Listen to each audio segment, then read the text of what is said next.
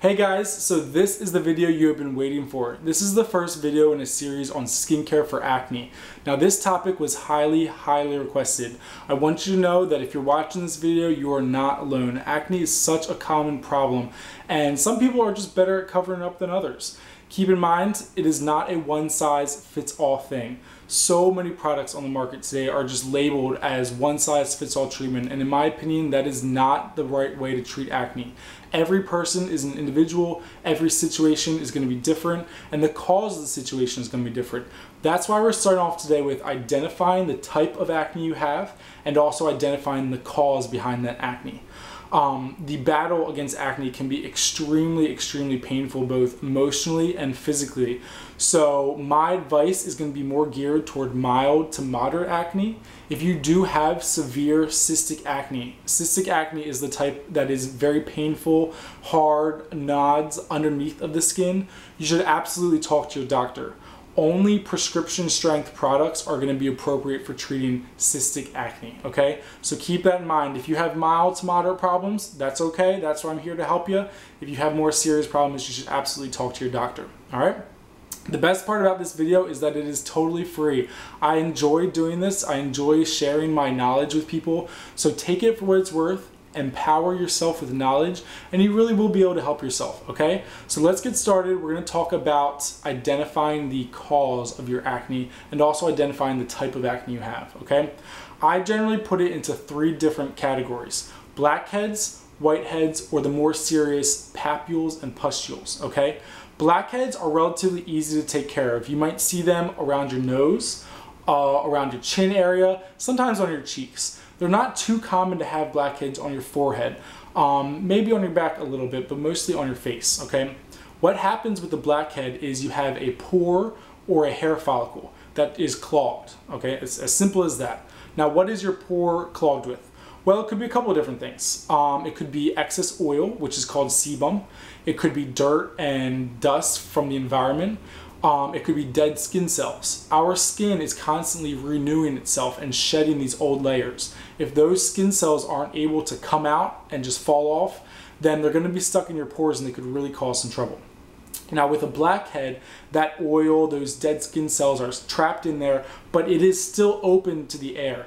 Air can get in, and what happens is that air oxidizes the oil in the pore. It'll start off changing to a yellowish color, brown, and the longer you let it go, it might even turn black, which is where the name comes from. Now, moving on to whiteheads, the very similar situation. It's a clogged pore or a clogged hair follicle, but it is not open to the air. It is actually closed off. So when you can see that actual white head, you're actually looking at that oil, those dead cells that are trapped underneath the layers of your skin. At this point, there is no infection, okay? When you do start to get an infection underneath of your skin, then it moves on to a more serious type of acne called papules and pustules. Papules are a little bit deeper under the skin. They do not have a head, and they generally tend to be painful when you push on them. You might see some redness, some swelling of the skin around it. Pustules are the same thing, except they're a little bit more towards the surface, and they do have a head, okay? What's happening under your skin there is there's that trapped oil, that trapped sebum as we call it, and there's special bacteria under the skin that actually feeds on that oil and the dead skin cells. This triggers an immune response from your body, so it starts sending white blood cells to attack that bacteria and eat it up, basically. You'll see the swelling and the redness that I talked about, and it can be a little bit painful too. This is more of a problem generally for people because it can cover a large surface area, so you got to keep that in mind. Now, why I put them in these three categories is because we treat them all differently, which is going to be another video, but figure out what you have, and you might have a combination of whiteheads, blackheads, and then the more serious infected papules and pustules, okay? Now that we know about the three different types, let's talk about the three different or the multiple causes of acne. We already know that an excess oil production can cause acne. So that is generally a hormone imbalance. It's very common in teens and even some young adults. If you have hormones that are triggering your body to produce more oil than it can handle, you're going to see some acne. Another common thing that I see is acne that is localized to certain areas on your face. Some people see it just around their chin, maybe under their jawline or on the edge of their hairline. Think about what you do during the day. Do you sit at your desk with your hand on your chin? There's oil and bacteria and dirt on your hands. If you're physically putting that on your face, you're gonna cause some trouble, so keep that in mind.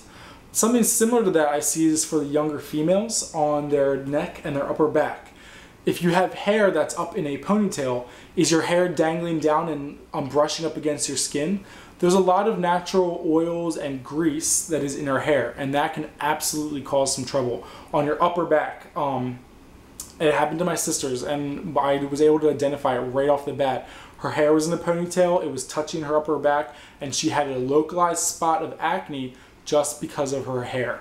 Okay, so you gotta kind of look at your situation in particular and figure out, is it because you touch your face? Do you pick your face without thinking about it? Is your hair long? Is it touching your back and the grease clogging your pores? Everyone's gonna be a little bit different, okay? But generally, if it is truly a hormonal imbalance, there's a couple of different things I'm gonna address in future videos of how to take care of that acne. All right, guys? Thank you so much for watching. If this is your first time seeing my videos, welcome to Men's Skincare with Ross. Of course, I say have that name, but females are more than welcome to watch this too and benefit from it. If you're one of my loyal followers, thank you so much for all of your continued support. I really, really appreciate it. But anyways, look forward to my future videos, and any comments, questions, you can put it below. It's really hard for me to answer all the messages that I get, so I feel really bad, but I do my best. Okay, guys, thanks for watching. Have a really nice day.